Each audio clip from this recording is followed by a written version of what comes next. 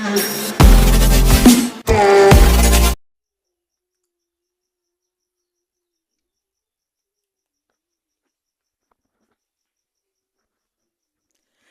बच्चों, तो आज मैं पढ़ाऊंगा आपको रिफ्लेक्शन ऑफ लाइट, प्रकाश का परावर्तन। प्रकाश का परावर्तन समझने के लिए हमें सबसे पहले लाइट को समझना होगा, प्रकाश को समझना होगा।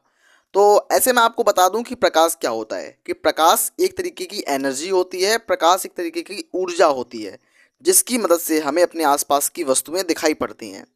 जब कोई प्रकाश हमारे आसपास होता है तभी हम आप अपने आसपास की जो सराउंडिंग ऑब्जेक्ट्स रखे होते हैं उनको देख पाते हैं, क्योंकि लाइट होती है। बिना लाइट के हम अपने सराउंडिंग ऑब्जेक्ट्स को नहीं देख सकते। और आज लाइट के एक फिजिकल फिनोमेना पे बेस्ड एक घटना होती है, प्रकाश का परावर्तन, जिसको हम बोलते हैं इंग्लिश में reflection of light. Reflection of light को आज हम समझने वाले हैं। देखो, रिफ्लेक्शन ऑफ लाइट अपने आप में बहुत इंटरेस्टिंग टॉपिक होता है। आज इस चैप्टर में मैं आपको reflection of light one shot कर दूंगा। पहले मैंने अभी आपको बताया लाइट के बारे में, लाइट की प्रॉपर्टी बताऊंगा, मतलब लाइट के गुण क्या क्या होते हैं, गुण बताऊंगा। उसके बाद मैं आपको परावर्तन बताऊंगा, परावर्तन होता क्या है, परावर्तन के प्रकार बताऊंगा, परावर्तन के नियम बताऊंगा। हमारे पास परावर्तन के दो नियम हैं, वो दोनों नियम बहुत इंपॉर्टेंट हैं और बोर्ड एग्जाम में कक्षा 10वीं में हर साल रिपीट होते हैं। अब हम बात करेंगे परावर्तन के दैनिक जीवन में उपयोग, दैनिक जीवन में उपयोग भी देखेंगे। तो आइए सबसे पहले मैं इसके गुण बताता हूँ प्रकाश के, फिर वीडियो को आगे बढ़ता हूँ। लेकिन एक इन्फॉर्मेशन आपके लिए है कि आपको डिजिटल गुरु दक्षिणा देने के लिए मेरे चैनल को सब्सक्राइब और लाइक करना होगा। आइए आगे बढ़ते हैं। तो आगे बढ़ने में सबसे पहले हम देखेंगे, क्लास 10th में साइंस में हम पढ़ रहे हैं सब चीज़ों को। प्रकाश के गुण मतलब प्रॉपर्टीज ऑफ चार्ज। जो लाइट है वो क्या क्या अपने गुण शो करता है। सबसे पहला, प्रकाश जो होता है, जो लाइट होती है, वो स्वयं अदृश्य होती है। लाइट को हम देख नहीं सकते हैं, लेकिन इसके प्रेजेंस में हम अपने आसपास की वस्तुओं को देख सकते हैं, मतलब इसको खुद नहीं देखा जा सकता है। और दूसरा पॉइंट जो होता है, प्रकाश सरल रेखा में गमन करता है। मतलब प्रकाश इस तरीके से गमन नहीं करता, प्रकाश एक स्ट्रेट लाइन में गमन करता है। याद रखना इस चीज़ को। प्रकाश की जो चाल होती है, मतलब स्पीड ऑफ लाइट 3 × 10⁸ पर मीटर सेकेंड। जो स्पीड ऑफ लाइट होती है वो 3 × 10⁸ मीटर प्रति सेकंड होती है। और जो प्रकाश होता है वो निर्वात में भी गमन कर सकता है, मतलब जहाँ माध्यम नहीं होता वो बिना माध्यम के भी गमन कर सकता है। तो क्या है कि प्रकाश जो है वो निर्वात में भी गमन कर सकता है। इसलिए हम बोलते हैं कि प्रकाश को चलने के लिए किसी मीडियम की आवश्यकता नहीं होती, किसी माध्यम की आवश्यकता नहीं होती है। आइए, मैं आशा करता हूँ आपको प्रकाश के गुण समझ में आ गए होंगे। अब हम बढ़ते हैं अपने टॉपिक पर, रिफ्लेक्शन ऑफ लाइट पर, क्योंकि ये एक आधार था।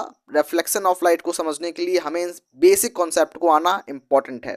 आइए अब बढ़ते हैं हम अपने रिफ्लेक्शन ऑफ लाइट के टॉपिक पर।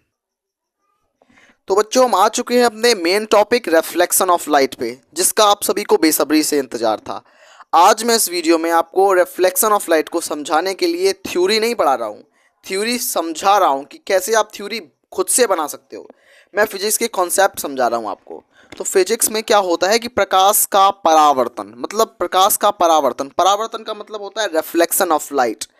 आप एक मिरर लीजिए और मिरर को आप सनलाइट के सामने रखिए, तो उसमें से एक रिफ्लेक्शन जनरेट होती है, एक परावर्तन जनरेट होती है, और प्रकाश की इस घटना को प्रकाश का परावर्तन कहते हैं। प्रकाश का परावर्तन जो होता है, क्या होता है, जब कोई प्रकाश किरण किसी परावर्तक पृष्ठ एक चिकना तल होता है, बहुत चिकना तल होता है, चिकने तल पर आपतित की जाती है, तो जितना एंगल वो बनाती है, आपतित कोण जितना बनाती है, वो परावर्तित कोण के बराबर ही होता है। आपतित किरण जितने एंगल पे आ रही है, मतलब 45 डिग्री पे आ रही है, तो 45 डिग्री परावर्तित किरण भी बनाएगी।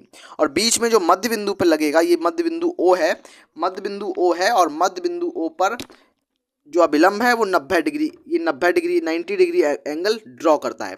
तो प्रकाश का किसी चिकने तल पर आपतित होना और उसी माध्यम में पुनः लौट जाना, इस घटना को बोलते हैं प्रकाश का परावर्तन।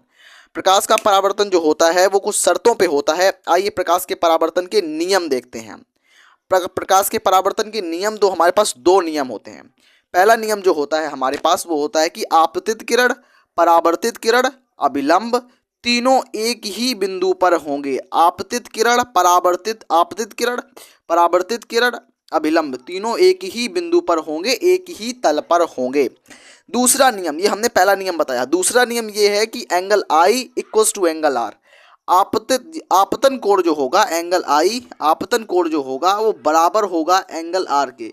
मतलब आपतन कोण जो होगा बराबर होगा परावर्तन कोण के। तो ये जो थे परावर्तन के दो नियम होते हैं। थ्योरी मैं अभी नहीं बता रहा हूँ क्योंकि शुरुआती फिजिक्स है, आपको मैं कॉन्सेप्ट समझाना चाह रहा हूँ।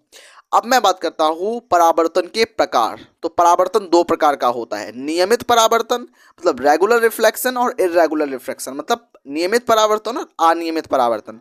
तब तक के लिए आप इन कॉन्सेप्ट्स को स्क्रीनशॉट ले लो, मैं आगे की टॉपिक्स के लिए तो बोर्ड को साफ कर रहा हूँ। तो बच्चों हम आ चुके हैं प्रकाश के परावर्तन के प्रकार को लेकर। प्रकार भी बहुत इंपॉर्टेंट है और नियम भी बहुत इंपॉर्टेंट है। प्रकार में क्या होता है, बहुत आसान प्रकार है भाई। नियमित परावर्तन, नियमित परावर्तन मतलब नियम से परावर्तन होना, मतलब है कि जितनी प्रकाश किरणें आएंगी वो आपतित प्रकाश किरणें परावर्तन के प्रकाश जो आपतित प्रकाश किरणें हैं वो परावर्तन के बाद जो होंगी वो समांतर हो जाएंगी। मतलब क्या है, समांतर का मतलब होता है पैरेलल हो जाएंगी, एक दूसरे के पैरेलल हो जाएंगी। तो इसको हम बोलेंगे नियमित परावर्तन। जो नॉर्मल परावर्तन होता है वो नियमित परावर्तन ही होता है। अब बात करते हैं अनियमित परावर्तन, इर्रेगुलर रिफ्लेक्शन। अनियमित परावर्तन, इसमें क्या होता है, इसमें जो प्रकाश किरणें आती हैं आपतित होती हैं वो एक क्रमबद्ध समांतर तरीके से नहीं होती हैं, वो इधर उधर बिखर जाती हैं, स्कैटर्ड हो जाती हैं। ये एक इधर चली गई, एक इधर चली गई, एक इधर वापस आ गई, इधर वापस आ गई, तो मतलब समांतर नहीं रहती हैं। इसको बोलेंगे अनियमित परावर्तन।